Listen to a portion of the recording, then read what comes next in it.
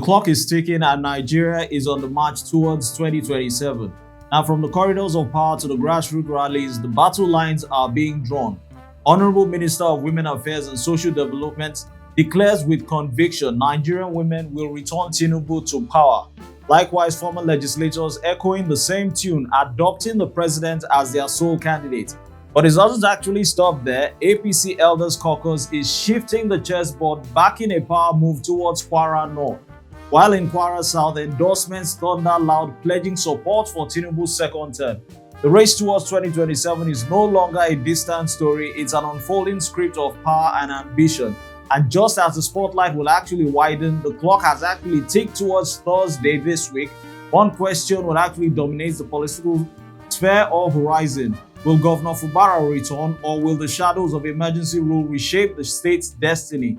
Ahead of 2027, Fubara questions will actually linger or will no longer linger as local but national. Join us shortly. This is Viewpoint, where we discover perspectives and embrace dialogue. I'm Odiawa AI.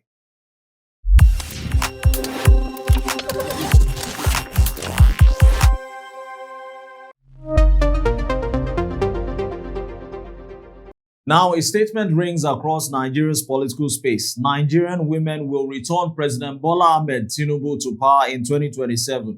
Bold words, if you will agree, from the Honorable Minister of Women Affairs, Honorable Imam Suleiman Ibrahim in Abeokuta. Now, but beyond this headline, beyond the applause, lies a deeper question. Is this a political prophecy or a strategic campaign pitch dressed for empowerment? The visiting train of the Minister of Women Affairs and Social Development, Honorable Imam Suleiman Ibrahim, on a working visit to Ogun State, stopped at the State Sexual Assault Referral Center, Ashiru, Abeokuta. Honorable Suleiman Ibrahim said, Ogun State has demonstrated the versatility and resilience of the Nigerian woman, setting a pace for other states to follow, with 3 commissioners from Zamfara, Gombe and Anambra states on a peer learning visit to Ogun State. Through the Renewed Hope Social Impact Intervention 774 that was launched by Mr. President, for women, for children, for our families, and for the vulnerable, we're going to achieve all of our goals socially, politically, and economically. And as mothers, let's not sleep on the job. Trust me, our daughters are littering many countries, taking out under the guise of, getting them employment and jobs. Let's hold our daughters to our heart.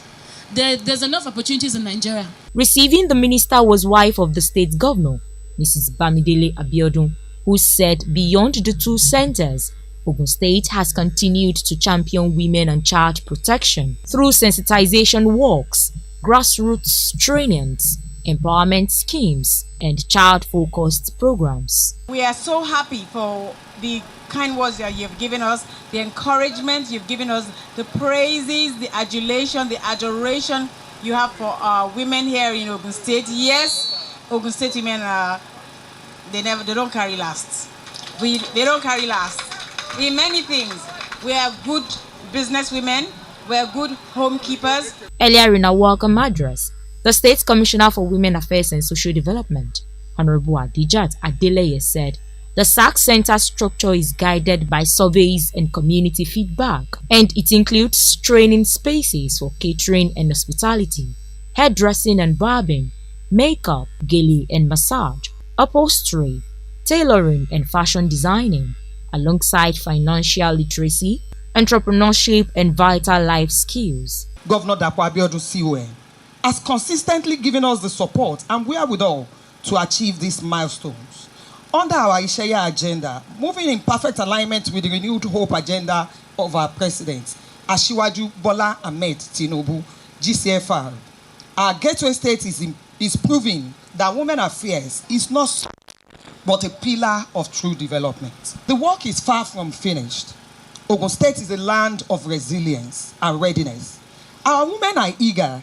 Our communities are committed. What we need now is increasing federal government support. Supported and equipped through the Ogun State Economic Transformation Project, OGSTEP, with World Bank assistance, Gender specialist from Ogista, Mrs. Ewaoluwa Fashino, took the team on a tour around the SAC Center and Women Development Center. The team proceeded to the Palace of Olowu of Owu, Oba Sakama Temilola, where the Olowu Hope Initiative Women Empowerment Fund was launched to encourage investment in women's empowerment for a sustainable future through capital and income growth, vocational skills trades, digital literacy, education, and literacy. Now, the minister, during her visit to the Sexual Assault Referral Center in Ogun State, tied her declaration to the Renewed Hope Agenda programs aimed at restoring dignity, expanding opportunity, and protecting the vulnerable. She painted a future where women aren't just breadwinners, but billionaires, billionaires in business, billionaires in farming and entrepreneurship. Lofty promises, no doubt about that. He linked it to the Tinubu's ambitious target of growing Nigeria's $500 billion GDP to a staggering $1 trillion GDP. Double the economy, double the hope, and also double the faith in the administration, the Tinubu administration to be precise. But here's the catch. Promises are one thing, deliverables are another. Nigerian women, the largest demographic block of voters, have heard many promises before. They've been told they hold the key to change, to growth, and also to power. Now, the question is, have those keys ever really unlocked the doors they were promised? Now, let's break this down politically. In 2023, women made up nearly half of registered voters, yet their representation in the elective offices remained under 10%, a glaring gap. If indeed Nigerian women are to return Tinubu to power, the administration must first prove women are more than cheerleaders of electoral victory. They must be visible beneficiaries of governance, jobs, healthcare, safety, financial access, just to name a few. Now, not just at the grassroots sensitization level, but in boardrooms, farms, factories, and parliament. So is this about empowerment or mobilization? Is this the Renewed Hope agenda genuinely to bridge the women's economic freedom or early strings of a 2027 campaign drumbeat? Now, to be fair, in my own opinion, these are steps worth noting. Ogun State, as the minister highlighted, has domesticated the Violence Against Persons Prohibition Act and established a referral centers for survivors of sexual assault. These are tangible, but will these structures scale nationally? Will they reach the rural women in Zamfara, the traders in Onitsha, the farmers in Benue State? Now, until then, the applause in Abeokuta remain a promise, not yet a proof. So if Nigerian women are indeed to carry Tinubu back into Aso Rock, it won't be because of speeches or promises. It will be because in the 4 years leading to 2027, the Renewed Hope agenda has transformed into live reality, into food on the table, safety in communities, and genuine prosperity in household. Until then, the statement remains not a guarantee, but actually a gamble.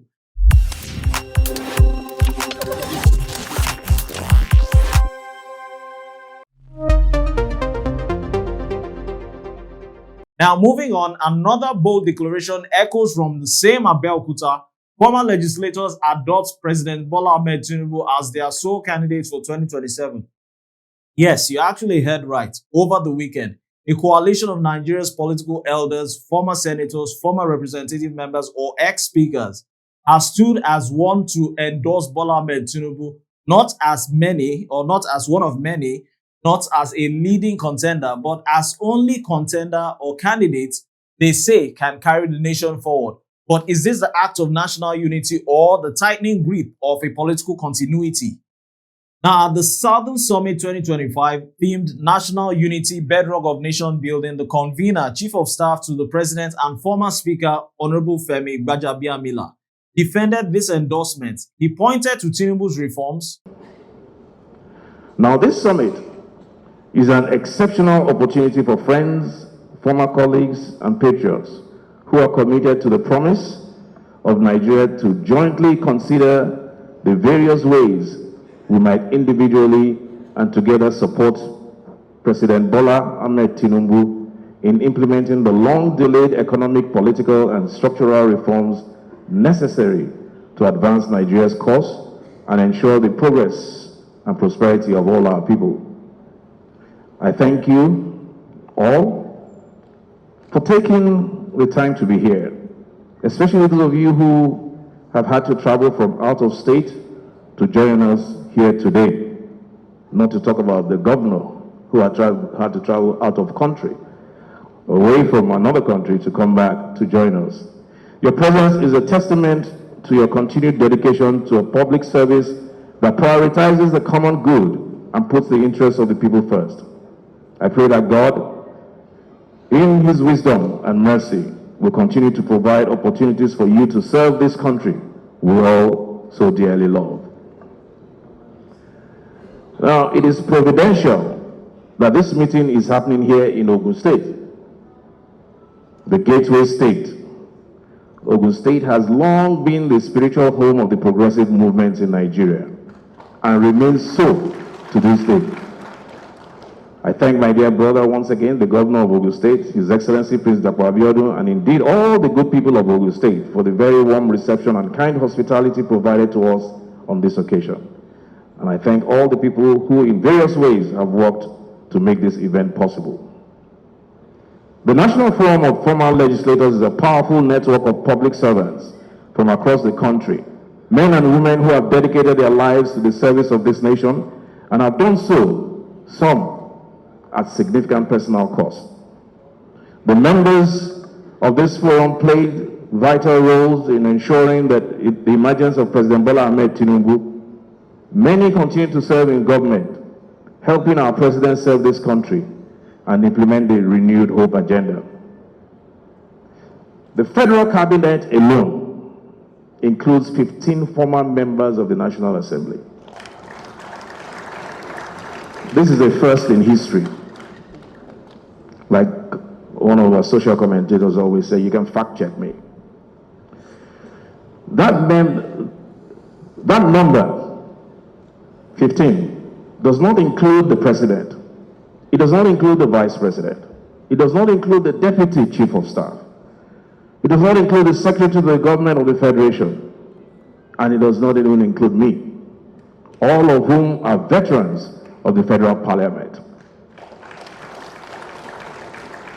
The trend continues across the departments and agencies of the federal government of Nigeria, where former legislators are engaged as chief executives and in other senior executive roles. The evident dominance of former legislators in government is both a testament and a result of the President's recognition of your contributions to the growth and development of our democracy, as well as a testament to the role of the National Assembly as an incubator of exceptional political, administrative, and government talent. I am confident that Mr. President will continue to draw from that pool of talent as we continue the hard work of building a more perfect union. The renewed hope agenda of President Bola Ahmed Tinubu is anchored on the unassailable belief that while it is not in our power to change the past, it is our obligation to do the hard work today so that our tomorrow can be better than all our yesteryears. The renewed hope agenda flows from our president's belief that yesterday is not ours to recover, but tomorrow is ours to win or lose. As such, we must build for ourselves and for our children a nation where everyone can succeed by the strength of their endeavors, where optimism is not reserved only for the privileged and powerful, and where peace and prosperity are the birthright of all our citizens. The absolute clarity of the President's vision is the reason this administration has set out from day one to tackle the most difficult reforms. Today, the federal government of Nigeria is no longer paying inflated subsidy claims that benefit only a tiny minority of our citizens. Every Nigerian child today is guaranteed a tertiary education courtesy of the Nigerian Education Loan Fund, NELFund. With the signing into law of the tax reforms, President Tinubu has ushered in a new era of economic justice, built on fairness, accountability, and national purpose. These are not the actions of a politician thinking about the next generation. Or rather, these are not the actions of a politician thinking about the next election. They are acts of extraordinary statesmanship by a leader whose highest concern is the fortune of the Nigerian people and the fate of the next generation. Let me put that in another way so that it sinks home. Many of us, and most of us, if I must say, are politicians. What I just said goes to this effect, or speaks to the choice that President Tinubu had to make. He could either be, or make a choice that he'll be a politician, or he'll be a leader. Let me tell you the difference between the two. A politician thinks about the next election. A leader thinks about the next generation. If President Tinubu had decided or opted to be a politician, trust me, the reforms you see now, which will have their consequences naturally, would only start in his second term. He would only embark on those reforms in his second term. But because of the conviction he had, and because he knew he had a job to do, not for himself, not for the purpose of the next election, but for the purpose, and he was thinking of the next generation, he decided to start his reforms from day one, risking everything. But we thank God that Nigerians are so astute, they've become so astute, that even they have seen and they understand where Mr. President is coming from and where he is going. We thank God, we thank Nigerians, we thank those of you who have been able to send that message, that dire message which initially everybody was arms akimbo, that where we going, oh, we're hungry, we're hungry.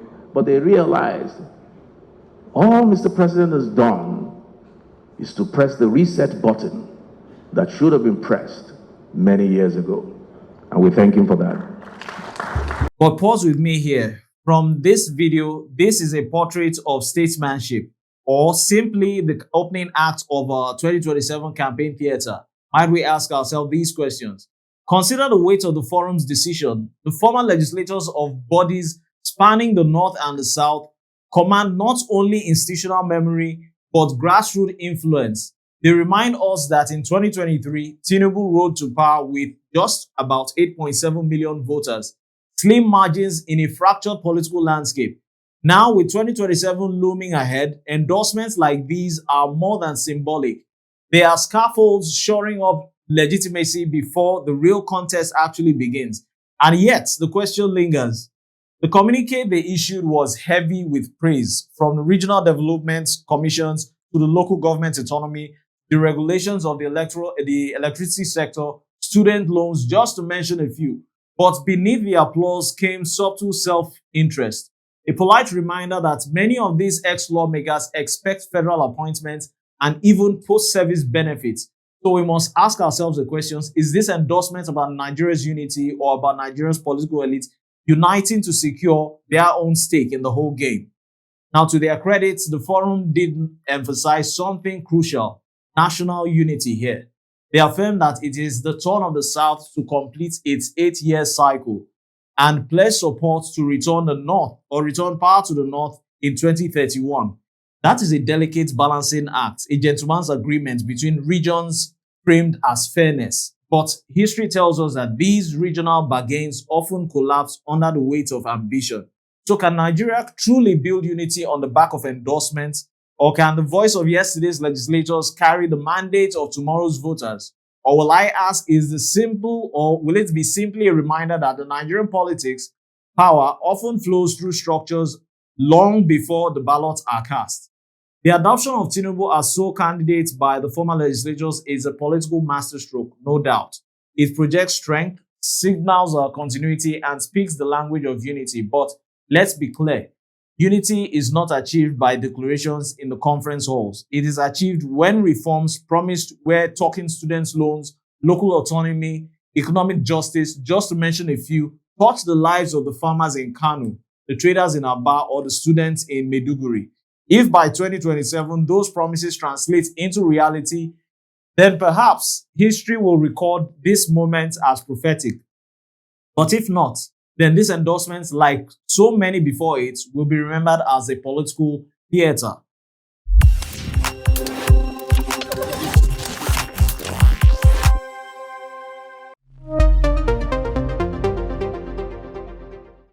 Now, from Oro in Irepo to local governments, the voices of Kwara South has risen in unison. We endorse Tinubu again for a second term in 2027. But behind this endorsement lies more than loyalty. It's about recognition, appointments, and political relevance. It's about Kwara South finally claiming its seat at the federal table. At the Kwara South Leaders Roundtable, the Deputy Senate Leader, Senator Oyelola Ashiru, declared boldly, if President Tinubu is not making Nigeria a great nation, it will remain in APC. To him, Tinubu's administration has not only turned the nation around, but has given Kwara South unprecedented visibility. The Minister of Justice and Attorney General of the Federation hails from Kwara South. Deputy Senate Leader himself from the same zone.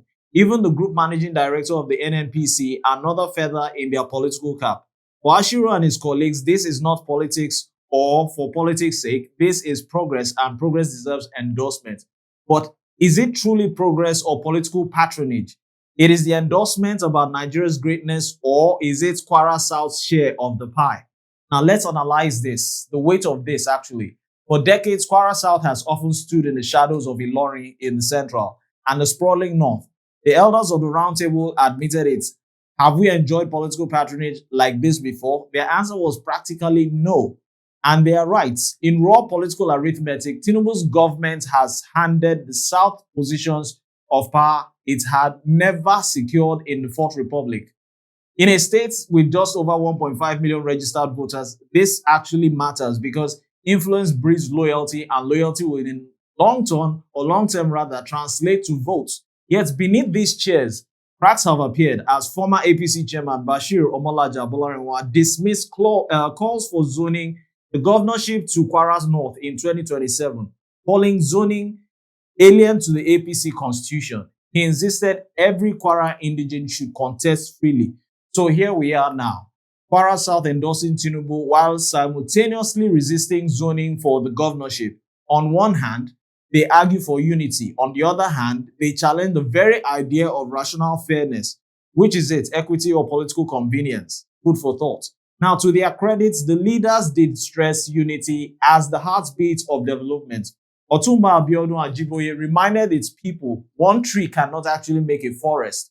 Without harmony, of course, from the harmony states, they said, Kwara South cannot move. But Nigerians will actually know unity in politics is often fragile. It lasts as long as appointments keep flowing and ambitions remain aligned. The real test comes when interests will actually collide, when zoning battles heat up and party tickets are contested, when party or personal loyalties will outweigh collective pledges. So now Kwara South has staked its claim, endorsing Tinubu, praising Abdulrazak Abdulrahman, celebrating federal appointments and promising unity. It is a strong show of political alignment, no doubt about that. But let's be clear and factual. Endorsements in 2025 are not votes in 2027. The people of Kwara South, like the people of Nigeria at large, will measure promises not by titles and appointments, but how their lives have changed, by roads built or jobs created, peradventure schools improved, and also security guaranteed. If Tinubu delivers, the endorsements will echo into the ballot boxes. If not, this roundtable will be remembered as a tuning point or turning point rather, but another chapter in Nigeria's long book of politics. Join us shortly as we look at the three words colliding at the heart of a heated debate as APC leaders or elders caucus back power shifts to Kwara North 2027.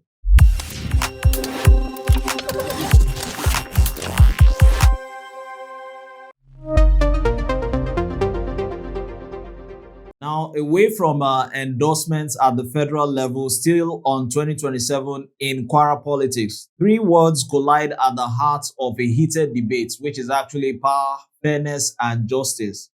as APC Elder Caucus backs power shifts to Kwara North in 2027. Yes, the elders of the ruling party in Kwara have actually spoken. They want the next governorship ticket reserved for the North Senatorial District. To them, this is about balance, about equity, or giving every zone a turn at the seat of power.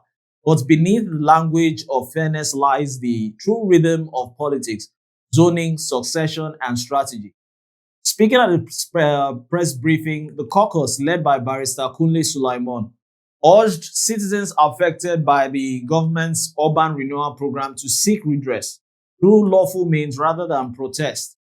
They admitted development projects can hurt in short term, displacements, demolitions, or discomfort, but insisted that these inconveniences are stepping stones to the future under the Ilorin Master Plan.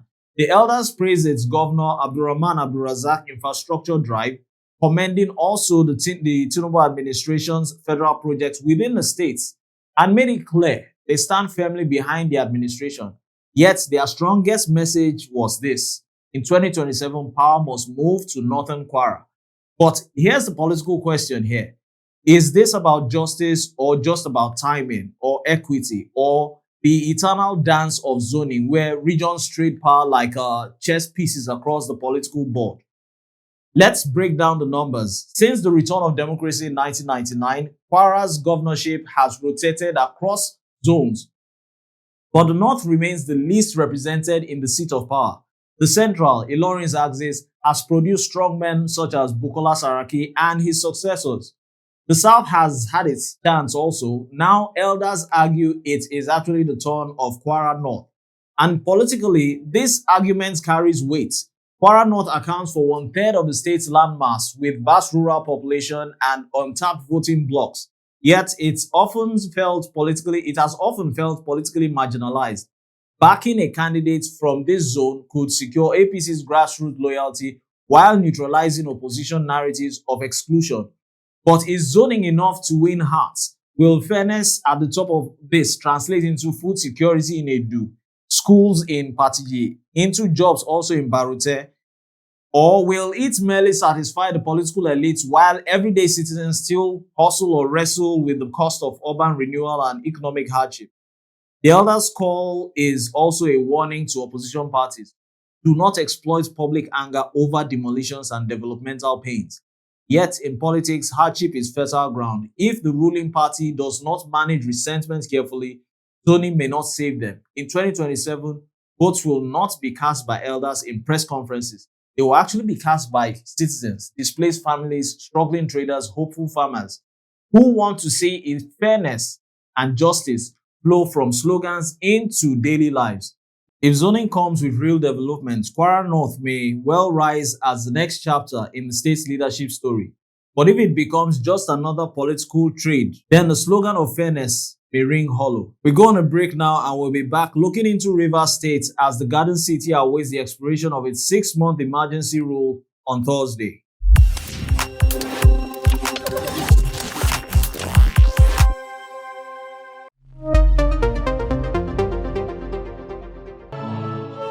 With the 6-month emergency rule in Rivers State set to end in less than a week, the government is reflecting on its achievements, amongst them the restoration of peace and the successful conduct of the local government election.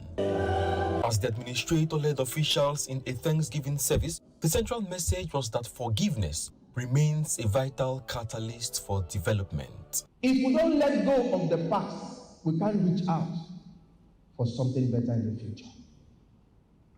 Men and brethren, we may have hurt each other, either by words or our actions, but we must learn to forgive so that we can move forward. Nearly 2 years of political crisis had brought democratic governance to a standstill.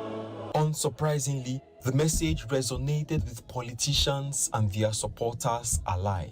Seeds of reconciliation have been planted. These seeds need your deliberate nurture to take roots.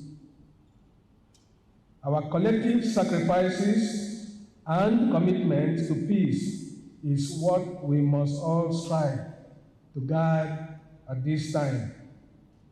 Rivers people must rise above bitterness, rivalry, and self-interest to pursue the greater good of our state.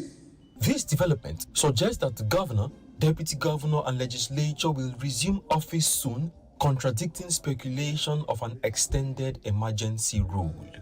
Rivers State cannot afford another season of division and acrimony. We must forgive one another, reconcile with sincerity, and embrace tolerance. Let us remember that no political victory or personal gain is worth the blood of our brothers and sisters. Let us forgive, let us reconcile, and let us heal. Now, that was the Thanksgiving service held to mark the expiration of the 6 months emergency rule in the Garden City, Rivers State. You're welcome back to the show. In just a matter of 6 hours, the 6-month emergency rule in Rivers State will expire. And the question gripping the nation is simply yet explosive. Does Governor Siminalayi walk back into government house automatically, or will Abuja's heavy hand still hover over Port Harcourt? This is no ordinary legal puzzle. This is a battle for the soul of Nigeria's federalism, where the constitution, politics, and power collide head-on. So which will it be, constitutional certainty or political chess? Now let's look at the facts. Section 305 subsection 6 of the 1999 Constitution states clearly, emergency proclamation expires after 6 months unless extended. No extension has been sought, no vote has been taken, and by the exigency of time, by the very tick of the clock, the emergency rule will die out on Thursday. And think about it, what's at stake? Fubara was not just any governor. He was democratically elected, suspended by the presidential decree. If his return becomes subject to political negotiation rather than constitutional procedure, what message does this actually send out? That an elected mandate can be paused or unpaused at will, the state autonomy bent entirely to the federal convenience. Rivers State, the economic heartbeat of Nigeria's oil wealth, is more than just a state. It's a state where the strength of democracy will actually dictate its fragility, or will it be displayed, or will it all be there for all to see or not see? So here's where we stand.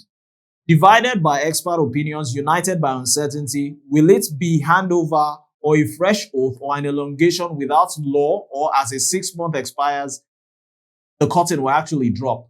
But I ask, will Thursday mark Fubara's triumphant return, or will it mark a dangerous new precedent where people's mandates become a pawn in the chessboard of Abuja politics?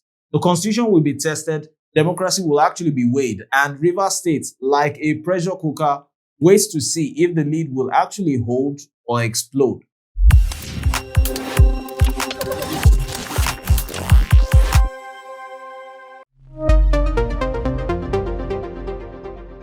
That'll be all on Viewpoint, where we discover perspectives and embrace dialogue. I've been your host, Adiawa AI.